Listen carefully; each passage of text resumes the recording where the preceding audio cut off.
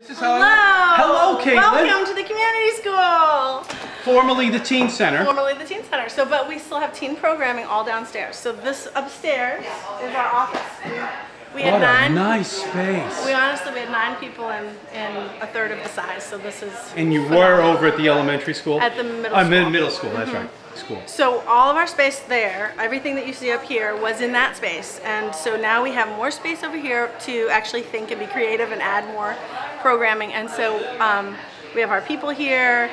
Our teen enrichment activities are downstairs of this area. So in the past, the Teen Center was open for business for certain periods of time. Now we have teen programming available at different times, at different periods, and it's scheduled. And then we have drop-in on Tuesdays. So we have adult ed programming here, and you can look around Sure. and see that we have adult ed, we have children's enrichment, we have teen enrichment. We added that. We did not have a coordinator specifically for that, and now we do. Okay. Teen enrichment means what? What is adolescent that? Okay. Programming. Different programs are. What happened to the Teen Center? It's been dormant. Well, so I started here about a year ago. Yeah. And a year ago. And prior to that, my understanding is several months before, the behavioral health had taken over for about a year and a half or 2 years, and they were running some programs specifically for teens, and it was going very well. But it was a smaller portion of the population. Very small. And it was a stretch financially, and Right. so they realized that they were not able to continue doing that. Right. So that point, it came in. Libby Gibson was kind of gathering information. Michael Kozort was gathering information and seeing, is this something that made sense? Big Brother, Boys and Girls Club. Boys Club, yep. Phyllis we talked with Phyllis McInerney, and there were conversations. There was a great big committee that actually met in this building. Yeah. With all the different departments in the town, and we just kind of brainstormed on what could happen here, and the solutions. Mike Kozort put a proposal through, and the town accepted the proposal, and honestly, we started this conversation, I would say August or September of last year, and we moved in June. So it was a phenomenally fast process, and so appreciated. What a great spot, too. Yes, it's now, been fun. is the town responsible for the community school? Is it a town entity, or is it? It's now under the public school. It is now under the public school. It is under the public school. There is a collaboration. There's a collaborative piece to that, but it's. You collaborate with Remain still, or no? We do still collaborate with Remain, and that is they help support different programs, but more specifically, that's for our space at 56 Center that will be opening in.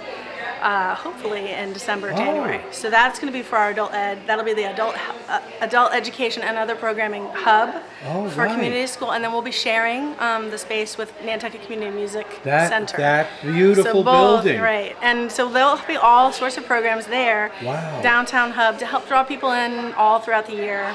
Tell us some of the offerings that people can expect this fall, should they wish to. Oh gosh, well, and honestly, I wish everybody could be here today, and certainly are always welcome to come by and see us, because we can give more information in detail, and they can go on our website.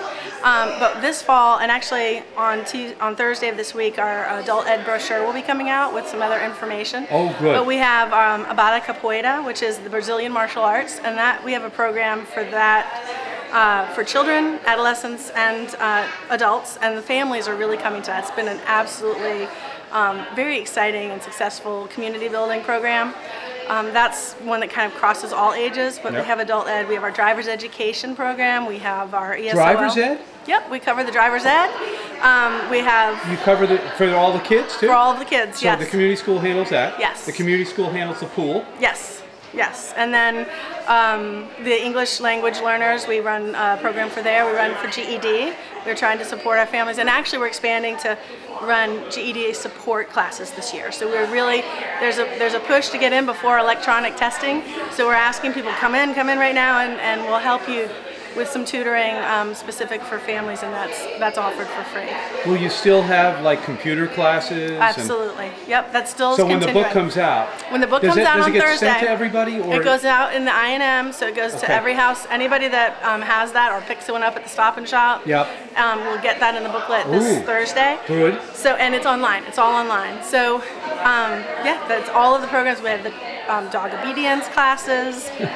astrology, astronomy, because we have a new lunar telescope, and we're collaborating with Mariah Mitchell this year and Dr. Michael West. And we have some really fun programs going on.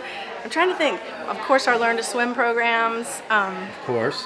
And our early childhood programs that we are doing. That's funded through a grant through the state, the Coordinated Family and Community Engagement Grant. And those are programs that are really focused on families with young children under age 5, and we run the Early Childhood Center with that, and we have an outreach support, family support specialist. It's literacy based. We focus on educating phonics, kindergarten readiness, but it's, learn to play with me, reading rocks, read around the alphabet, all these different language games, letter games, phonics, sounds, numbers for our earliest, youngest Islanders, and family support. Halloween potluck.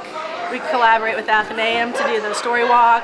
That's in November and December. I'm trying to think what else. There's a lot going on, and so come down and visit us, and I can tell you more and get on our website. But we really appreciate the community support, the town support, and in providing this space. And it's going well. It's going wonderfully well. And there was a time where there was some confusion over whether we were going to keep the community school for a while. I'm not sure that I'm aware of that. So maybe years ago. So I'm glad that didn't change. Since I've been around, I haven't heard that, and I hadn't heard that in the last since Pauline Proch was there. But maybe that was something in the past. But certainly, I think there's a need for the community school, and the community seems to enjoy the activities that we're providing.